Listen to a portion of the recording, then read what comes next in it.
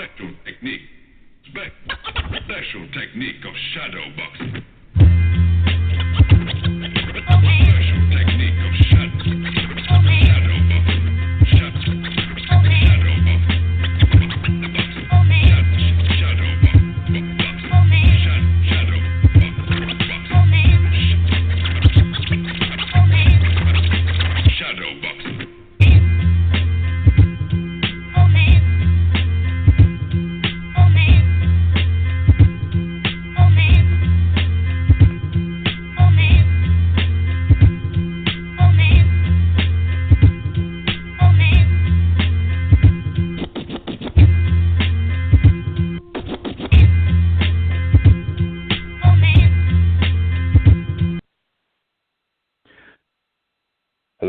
Hello, what's up, fight fans? You are here live on the Boxing Source radio show on the Go Long Media channel on Blog Talk Radio. I am your host, James Bell. I am the lead boxing analyst for the Cold Hard Truth on Sports. Once again, the lead boxing analyst for the Cold Hard Truth on Sports. Write articles on the CHTOnsports.com. Once again, that is the CHTOnsports.com, and also, the host of this radio show. Usually it's every Sunday night at 7:30, but this week we pushed it back here for Monday, Memorial Day. Just kind of recovering from what happened over the weekend, as we had a very high profile fight, well anticipated over the past few months or so, that finally happened, and we finally got it. And that was the IBF welterweight championship fight that took place in Sheffield, England, between the incoming IBF champion Kell Brook going up against the number one contender Errol Spence Jr. Of course, you had Errol Spence coming in there, one of the highly regarded fighters that came from the Olympic Games in 2012, pretty much residing in DeSoto, Texas. He's had, a lot of backstory to him over the past few years or so, of course, with the stories about him and Floyd Mayweather, him and the likes of other welterweights, Sean Porter and Keith Thurman, current welterweights, and also what happened between him and Adrian Broner. And so it was something where, over the past couple of years, where he fought the likes of, Lo Greco, Chris Van Heerden, and Chris Algieri, that it was only a matter of time before he got his shot at a welterweight championship. And so by defeating, Leonard Bundu last year, pretty much that was, after the Summer Olympic Games, a lot of people were able to see him live. And so it was only a matter of time before he was able to get that shot at a welterweight championship. He became number one contender to the IBF welterweight title, which was at the time held by Kell Brook. Kell Brook held the IBF title since taking it from Sean Porter via majority decision in 2014, and so he had defended it a few times in 2015 and 2016, and after the fight against Kevin Bizier in March of 2016, soon after is when Errol Spence Jr. became the number one contender for the IBF title, but soon after he became the number one contender, Kell Brook went on up to face Gennady Golovkin at the middleweight division, and of course was technically knocked out there for those middleweight titles. And so it took a little while for Kell Brook to eventually face Errol Spence Jr. That finally came through in the month of May here. So pretty. I'd say a pretty good back and forth fight between the two. Both got off to pretty good starts. Spence, kind of like led off with the jab of his right hand. Brook responded to it a few times in the opening rounds with his counter hook to kind of like throw off Errol Spence a little bit, and then Kell Brook tried to mix it up a little bit with the uppercuts, and then threw a little flurries here and there to kind of like get maybe an early lead in those first 6 rounds or so, but the patience of Errol Spence Jr. kind of like took over in the middle rounds. He did have that strategy of throwing the left jab and also going to the body, and then that kind of affected Kell Brook a little bit with him getting a little bit of swelling in the eye there, and so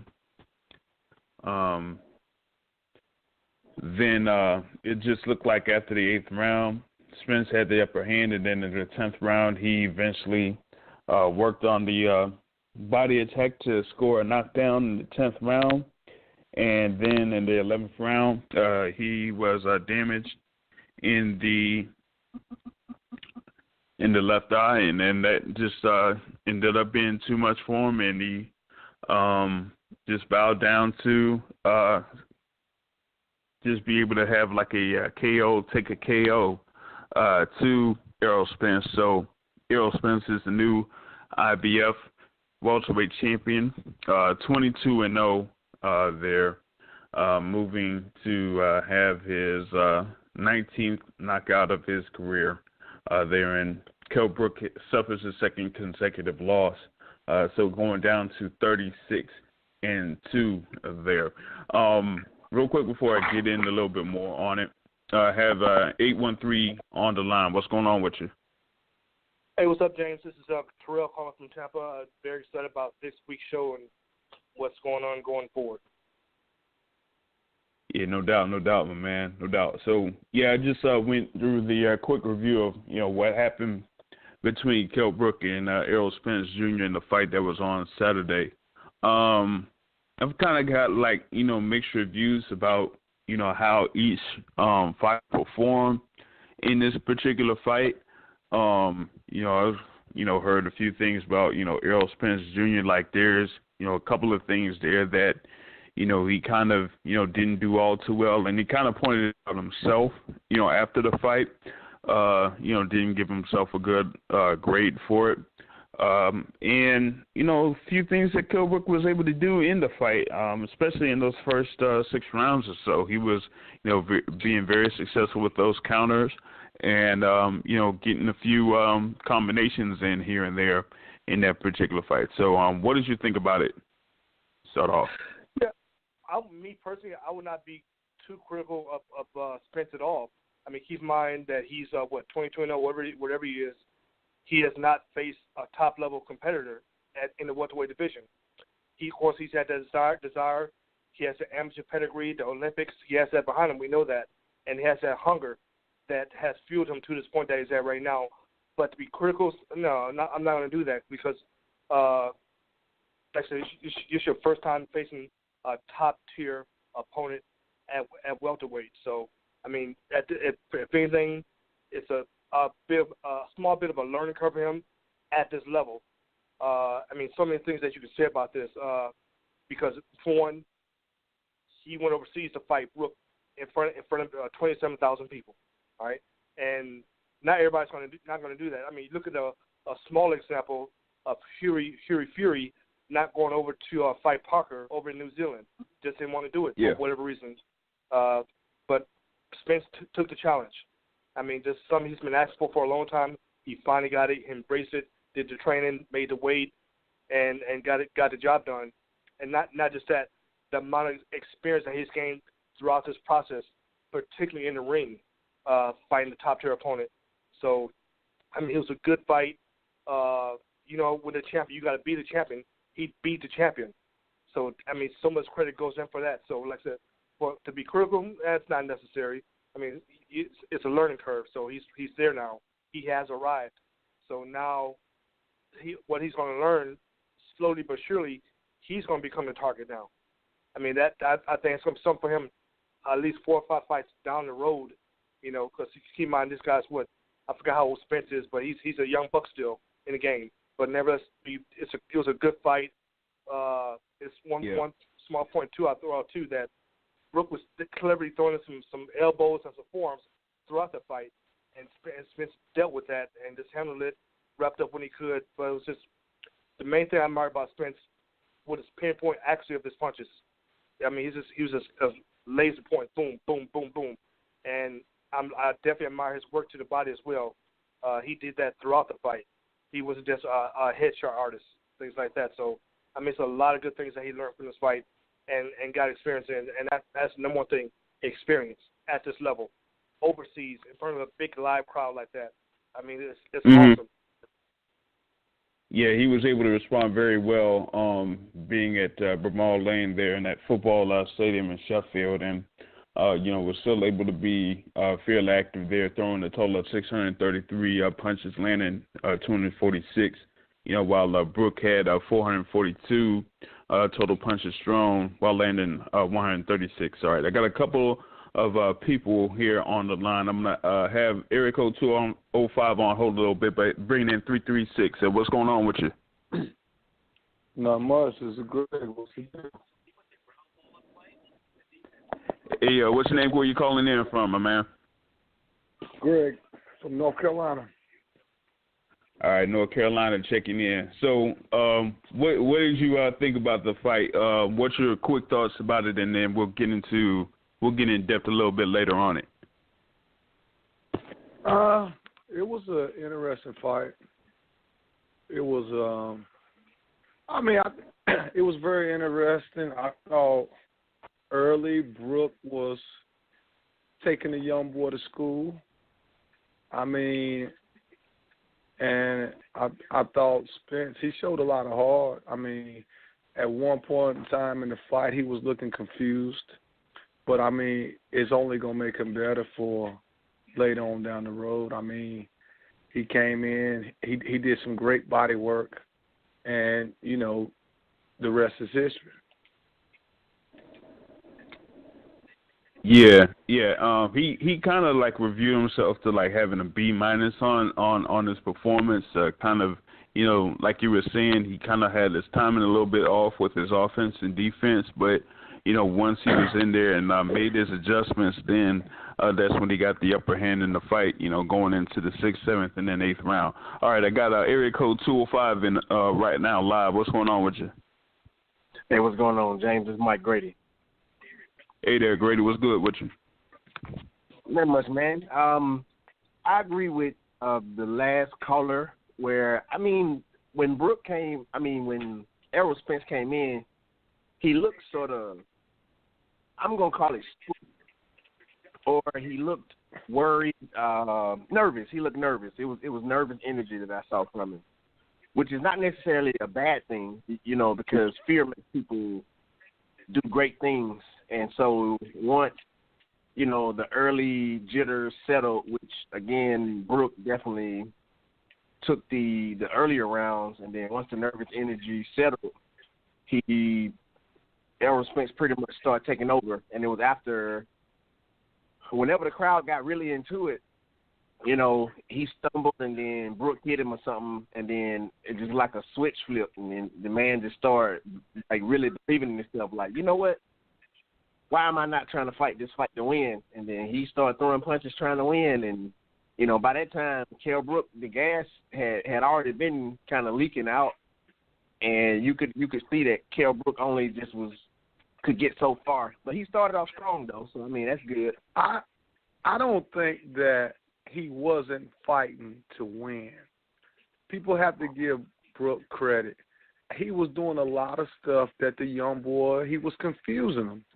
He would jab, then he would come back with the lead right, and he had him off balance. He would jab, counter with the hook behind Earl's jab, come back with an uppercut. He was doing things that the kid wasn't accustomed to seeing. You got to give Brook credit. It's like everybody. I mean, the guy, he can fight. He really can fight. It's not a fluke. Yeah. I mean, and as good as Errol is, and I don't take nothing away from Errol, he showed Errol was vulnerable early. It wasn't that, all of a sudden I got to fight. No, he came to fight, but Brook never let Errol establish his jab. If you look at Errol always established the jab in his fights, and Brook took that away from him. Yeah. Well, I never said that, like he didn't come to fight. I mean, I pretty much said that early he had to fight, but it was not sustainable. I mean, he did what he had to do in the first part of the fight, but he couldn't sustain that. And so the fact that he couldn't sustain it, and then Errol started pretty much getting more confidence because earlier he took the confidence, in my opinion, away from Errol, and Errol was kind of like. The outside game went to Brook early, and Errol body attack. When Errol got in close, that's when he could dominate. But, I mean, from the outside, Brook was doing what he wanted to do with the kid. You know what I'm saying? I mean, it's only going to make the kid better in the long run. But, I mean, it's like you hear so much stuff, he quit, he did this, he did that. Man, that man had already had a eye injury previous from the Triple G fight. So you can't imagine what's going through his head when he's going through it again. I mean, bro, I tell anybody, to me, I give him more credit now than probably anybody, because I thought he fought a hell of a fight against a young lion that nobody wanted to fight. But it just shows you that Brook really can fight. He really got skills. It's just now it's like he's going to have that Margarito effect to where I think his career is over, because anybody who he fights from this point on, if he don't stop him in the first 5 or 6 rounds, the eyes is always going to be a factor. So I mean, if you look at him now, I mean, he's pretty much done in a sense. Yeah, but that too, and the dude was looking tired. The reason why he was winning the earlier rounds, because I mean, what the pace that he was going, and then like you said, him countering over the jab and stuff like that, he sustained that, and then at some point, Errol started feeling that, hey, this guy is not putting up as much resistance as he was, and then he did a couple things to touch Errol Spence, but at some point Errol was like, you know what? Can he really sustain if I just start like letting my hands go? And then we all start seeing like, oh, well, he's not necessarily coming back now. But he was like that too. I think what you were saying, Greg, was work at all. I think a lot of it. Go ahead, bro. Yeah, go ahead. Continue, Greg. Yeah, and just concur with Greg real quick. Nobody should take nothing from Brook at all. Nothing at all. He fought a good fight. He's a champion. He didn't come in to try to get a hometown decision. And even the fact that with the small space fight that Spence maybe exhibited, keep in mind this is the first time fighting someone on the elite level. So that could be expected. But he overcame that, and now he has that experience behind him going forward. Right. But big up to Brook. Great fight. Right. I mean, right. It was a very good fight. I mean, it's like I say, I didn't want to give a prediction on the fight, because I actually saw the fight going 2 different ways with 2 different winners. I talked to Jay about it. I said, man, I could see Brook, coming out, putting on a beautiful, like he did Porter, where everybody thought Porter was going to do this and that. He took everything away from Porter that Porter could do well, right? I could see him doing that. And earlier, it was looking like that. Then another one, I could see Earl coming in, just being Earl, dominating them and this and that. And we sort of got the taste of both of them, and that's what made it a great fight.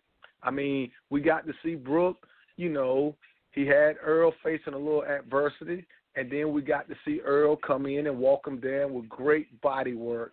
The body work was the key. And then after that, he systematically just started to break him down. And And in my opinion, that's what's going to make the kid special. But he's got to improve on that defense, and I think he will get a lot from this fight because he wasn't nobody allows somebody just to hit you thinking that, oh, I'm just going to walk them down in the center of the ring. If you can keep from getting hit, that's what you're going to do. You know what I'm saying? Like I say, you hear, oh, man, he said that he was going to meet him in the ring. Yeah, people say a lot of things, but nobody's going to take that punishment if they can make you miss and they can counter and make you pay. That's what's going to happen. Mhm. And I mean, the thing was with Errol Spence, what I didn't see much of in the fight was a lot of head movement. In reference to like defense, what he did was he put up his guard, and you saw that like in around the fourth or fifth rounds when Brook was kind of like doing his combinations. Errol Spence was just putting his guard up and just, keeping it close to his face so he wouldn't, be able to take significant punches there. But as far as like overall head movement, I didn't really see that much from Errol Spence on that front. No. Yeah. So I think what I actually thought would happen ended up happening, but in a different way, because earlier, as we all said, Kell Brook won the jabbing contest. And then those were the rounds where he had the kid confused. He had the kid, questioning himself. Correct. Errol Spence started putting in that good body. And then toward the middle half of the fight, Kell Brook stopped jabbing his foot. And then that's when Errol Spence started getting more success. And so once the jabbing started stopping, then Errol Spence started getting closer and closer to the punches to where, it just he just kept breaking them down, cutting down the tree. But with the I'm gonna tell you too, the jabbing stopped, and that's when he lost the fight. If you look at what you are talking about, and you are correct, that's when the eye was slowly starting to come a factor. When the eye was starting to really they were working on the eye a little bit more, and it was like he was just a different guy from that point on. That's why I say, man, I don't know who his handlers were that convinced him to do the Triple G fight, but they ended his career because he's done. I don't care what nobody say. I mean, he can do another surgery. It's not going to help because whoever he fights, all they're going to say is, look, keep the jab in his face. I mean, come back. And in that later half of the fight, the eye going to blow up, just like with Margarita and anybody else who has been in that type of situation. No way you can go in and surgically repair something that's going to constantly get beat on and it's not going to show an effect. But keep this in mind. That's going to be a mental effect. Go ahead, Terrell. Yeah, just real quick. The Triple G eye injury, that was on the right eye, and this weekend was on the left eye, correct? Right. That's right. Right. Yeah, and I mean, just the initial observation so far, he didn't have trouble with the Triple G side. But yes, it's the other side. So, I mean, but you definitely make a great point. We've seen fighters with eye injuries, scar tissue buildup, stuff like that throughout the years, and that injury comes back to bite them again during the fight.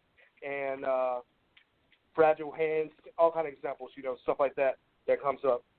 So, and Terrell, listen, look. With that being said, right, let's go back to the Triple G fight.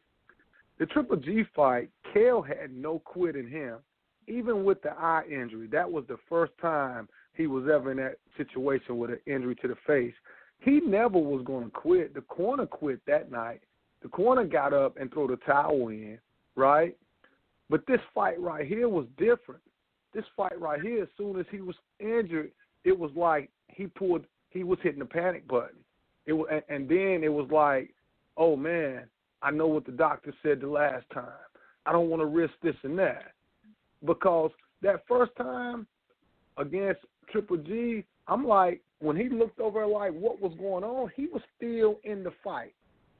He was still fighting. Will you guys agree? In that Triple G fight, I mean, you saw how Brook was pretty much in the fight, but his cornerman stepped onto the ring and threw this out.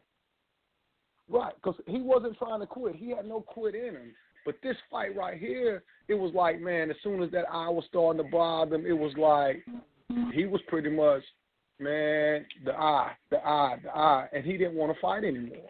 And that's what I'm saying. That Triple G fight, that's why when I tell people that pretty much ended his career from that standpoint of the injury and also mentally, because now he's going to find a way to say, look, I'm not going to risk losing my sight. The surgeon said another punch of this and that. So that's going to always play in his head. I agree that it sort of ended his career, but I would say that it only hastened it. That was going to happen eventually. Once he leveled up the competition, that was going to happen eventually. I'm going to tell you like this right here, man. That's going to be part of my question. And this is just my opinion. Okay, none of us has a time machine, right? But I don't care what nobody say. Probably besides Errol Spence, I think Kell Brook can beat about all the rest of them that's out there. If Kell Brook, if there's no facial injury and none of this and that, I think he'll beat Danny Garcia. He'll beat who else is left? I don't see any of them. He already beat Porter. He's a big welterweight. He's a big guy. Him and Spence are the two biggest welterweights that's out there. I don't see him really having problems with any of the rest of them because you know why? What they do good, he can beat them from that standpoint. Keith Thurman won't outbox him from outside. Only thing he could try to do is try to hit him with something big, right? But he can make you miss. Early he won't outbox him, but later he will outbox him. I think he's faster than Keith. I think he counters better than Keith. I think he is more crafty in a sense than Keith as far as setting you up with stuff. Because when he started throwing that lead right, man, it was like he would jab. As soon as he would get Earl used to this, then the next one's the lead right. And he was always like a step ahead of him. I don't think that Keith could put him in that position. Keith pretty much fights two ways. You had the Keith that's coming in trying to get you out, and now he's the Keith that want to try to establish a jab. But I don't think he can out-jab Brook. I think Brook, he counters well off the jab, and he, if you watch Brook, even when Earl was starting to do what he was doing, he would fade, and he'd come back with a hard hook, trying to catch him just to get his respect. He's very crafty, man. If when you look at him, he's a very crafty fighter, and he got a lot of little tricks in his arsenal. And I don't see that with rounds, but after that, then it's questionable. Right, after that, right. What you're That's saying true. So the fight will be good for the first 6 rounds. It'll be very competitive, if not Kell Brook winning. But after that, he might get stopped again. I mean, that's my only qualm about Kell Brook. Yes, athletically, from point A to B, from point A to B, getting his punch off from his hand being in front of his face to hitting Keith Thurman in the face, he'll get there before Keith Thurman because his punches are straighter too. But I think past round 6, he'll blow through Garcia. He'll, but the people who can punch, man, I just think past round 6, he's gonna have trouble with them. That's yet to be determined because the only unfortunate thing about that now is he's damaged goods. And if he can't get you out in that first half of the fight, he's going to lose anyway. You know what I'm saying? So that's why I say, it's just one of them things that I would have loved to see certain fights happen before that Triple G fight because, I mean, the guy's tricky and he's crafty, and he does a lot of things that a lot of them other guys aren't doing. Right. I'd like to see him against Lamont Peterson. Now with Peterson, at welterweight too. I don't think that would be an interesting fight. I love Lamont Peterson, but I don't think Peterson has enough power to really put Brook at bay. And that's just my opinion. I think Brook hits a little too hard. I mean, it will be a good one, but I think he will beat Peterson. I don't think he would stop him. I think Peterson has enough power to command Brook's respect. Except he does. Peterson's not a big puncher. He's not a big puncher, but he sustains his output though. That's the main thing about Peterson. Right, he do. He sustains his output. He do. I And think if the it fight goes would to be a like a decision, draw or something. Because Kell Brook the first 6 or 7 rounds, and then what's the name win the last 5 or 6 rounds off of activity. Because he pretty much like a non-powerful Sean Porter. I mean, to an extent, and he gonna keep the pressure on. And Kell Brook, was holding. So depending on when I think about the Sean Porter, he should win the fight. Never mind. I'm gonna tell you like it's right here. We all know if you look at Peterson, right, he don't get he don't really win decisions, bro. You know what I'm saying? If you look he don't at several fights, they don't give him decisions, man. I mean, just look at it. I mean, if it go to a decision, I guarantee you Brook will win that. You know what I'm saying? If they would fight. I mean, he for some reason he don't get the breaks when it comes to a decision. And it's got to be, look at it like it's right here. How many other fighters that's of this kid's caliber and of his talent, why is he on the shelf for so long? I mean, it's got to be, it's more to it than that meets the eye. The kid is too good to be on the shelf. He hasn't fought since when? I mean, it's like. Are you talking about Peterson? Yeah. Yeah, I mean, he had that long layoff before, facing David Avnesian for that interim WBA belt or regular belt or something like that. And so, but now it's a matter of what's there. You tell me a guy that of his status, right, and he's a very slick fighter, what's the problem? I mean, is it that he don't sell tickets?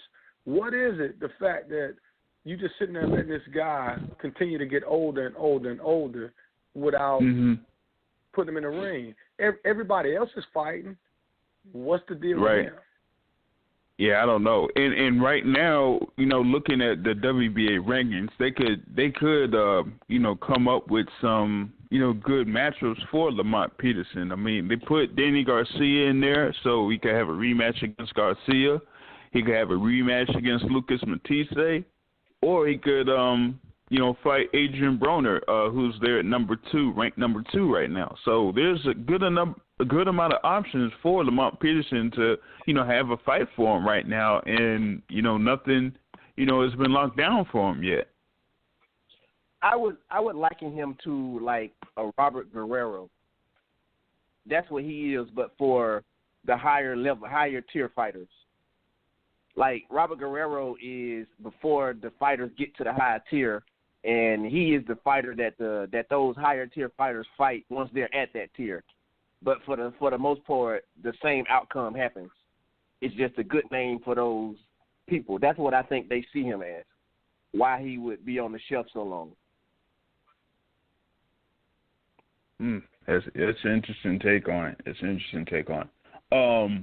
Before I close this thing here with the Kell Brook and Errol Spence discussion, one thing I wanted to get at with Kell Brook, and that's his overall resume.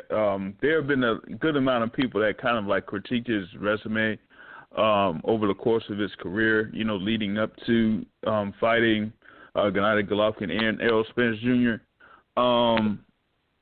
So I kind of like, if you take off that fight between Kell Brook and Gennady Golovkin, who do you think has the better resume between those two? And I would add one more fighter in this discussion, but I'm not going to bring him up because somebody in this panel is going to get pretty upset. Ooh, bring him up. So I would say who has a better resume out of these 3 fighters? Kell Brook, Gennady Golovkin, or Deontay Wilder? Man, of course Deontay Wilder would be on the bottom. Apples and oranges. Deontay Wilder would be on the bottom, brother. This is apples and oranges. I mean, All right. I will put that as a poll here for the week. As far as people to vote in through social media, probably through Instagram, Facebook, and Twitter. That'll be the question of the week because it was like I was saying with Kell Brook when you have him fighting the likes of JoJo Dan and Frankie Gavin and fighting Carson Jones and early in his career fighting a guy that had 85 losses or plus or 97 losses in his career. Going through the first 20 fights in his career, there wasn't really, that many notable fights that he had pretty much up to this point, unless if you count, Lovemore Angel or Matthew Hatton maybe, going up to the Sean Porter fight. So that was just something that, a few people, kind of bring up when it comes to Kell Brook and his overall resume, and that, if he stepped up against those guys that were in the higher tier of the welterweights, like y'all were mentioning, that he wouldn't be able to step up there. But like you were saying there, Greg, you think he would be able to beat those guys in the higher tier because of his overall skill set? I mean, that's the only thing that we can really reference you on. What you do well and what you can't. I mean, you can't really say the matchmaker is who determines this and that. They know what you do well. They know what you don't do well. Your matchmaker can make you look like you Superman, and he knows what will beat you. He knows what you have problems with, right? So, I mean, we see that. We've been seeing that for how long now? So, I mean, it's easy for them to make somebody look like they this and that. You could be a one-handed fighter. All you got is a left hook. I can put you in there with anybody that is going to eat a left hook, but then as soon as I put you in there with somebody that can take that left hook away, I got to make a lot of money with it. Because you know why? And I got to have your fan base at a certain perspective. Because one thing about fans, they're going to make excuses for you if you do well or if you don't. Oh, they said he had a bad training camp. Oh, he'll be back, right? But I cannot take that chance on you until I know from a business standpoint that I got my ducks in a row. So a lot of times people, every handler is going to take care of who their most marketable fighter is. When Oscar De La Hoya came up, they knew Oscar struggled against southpaws, right? If you look at Oscar, when he come up, they kept him away from southpaws because they knew that was his Achilles heel. They kept somebody in front of him, just like with Triple G. They don't put him in there with elusive guys, and when they do, it's going to be for a big purse that they can ride off in the sunset with. And a lot of times, that's just how I look at when you go back and look at, this one's resume and that one's resume. That's just all of the process of building you up to a notable name. And then you're going to get to that point where I got to put you in there with somebody who can fight too. And then you show your worth. I mean, so if Kell Brook was in the States, would he be a bigger name? Or is it because he's over there? He can fight regardless. Like I say, he'll beat Danny Garcia. Danny's a big name. I think he'll beat a lot of other ones if it, before all the injuries, right? But the guy can fight, man. Yeah, I mean, and they had that potential matchup between him and Timothy Bradley. That was going to be a unification fight a couple of years ago that, kind of fell through too. So he could have had that shot against Timothy Bradley for, those the WBO belt when it happened too. So, that's the thing that we're looking here with Kell Brook. But I'd say it'd be interesting to see what his next direction is going to be here with this next fight. I mean, a lot of people that brought up, finally him and Amir Khan would fight each other in England, after Ramadan is over, so that both of them will have a big money fight within last the thing UK. that I seen, Hearns then was saying that they were going to make sure to check on his eye, but they could see him going up to 54. That's what they were saying. Now, yeah, but it seems like they were going to have surgery on it. Man, I think it's, they can keep having surgery. They can keep doing whatever they got to do. Now both eyes is messed up. So what's his chances now against Amir Khan? And one thing about Amir Khan, if you look at his last fight, he looked damn good boxing, and them hands were fast. How many jabs, and he's not a big puncher, but how many jabs are you going to take to the face before your face started to balloon up? Not going to be many. Because now both eyes are issue. I mean, you got the left eye's damaged good and the right eye's damaged good. Well, the thing about it, we're no one's going to know until he gets back in that ring, whenever that is. But I think I wish him and Khan would have fought some time ago before this all happened. Me too. That would have been a good fight Me then. too. But kind of what we spoke about just recently, Khan would be actually the perfect fight for his comeback fight. Reason why Khan's not a big puncher. He's fast. He has that speed, and it's a good test for that eye because he's gonna get dinged up some. But Brook definitely is gonna have the power to test Khan's chin. So really, I think that's gonna be the perfect fight for him to come back on. Plus, I was talking about that they're both sides are definitely gonna make a good amount of money. Given that that's gonna be a hometown fight overseas, so that'd be the perfect opponent for him, I think. I think you need to fight somebody who flat-footed, who can't move, but got a bigger name, got a decent name. Somebody who flat like an Adrian Broner or something like that. I don't know. Now, I'm gonna be honest with you, bro. If any of us was in his camp and we look at what has happened to him in his last two fights, I don't give a damn about Adrian Broner or anybody else. I'm going to fight Amir Khan for the most money because it's going to probably be about your last big payday. And that will be the one and only fight that I would really consider. And after that, I will be ready to pack it up and go home to the house. Because I'm going to be honest with you, man. If he don't knock Khan out, I see the same thing happening. I can see the 7th, 8th round, the eyes just fold up again. I mean, name me one fighter that has had a plate in his face and or has had the same type of surgery that it didn't show in the fight. And usually they are done after those type of injuries. Yeah, sure. I haven't really, ran into anybody like that, recently that would, have that type of I mean, but like I say, anyone that we could think of, right, had that, and of course, Margarita's name gonna always ring the bell. The moment that Margarita had that his eye repaired, right, what would happen? Mm-hmm. I mean, after the 4th and 5th round, the eye was already doing what? It was swelling up.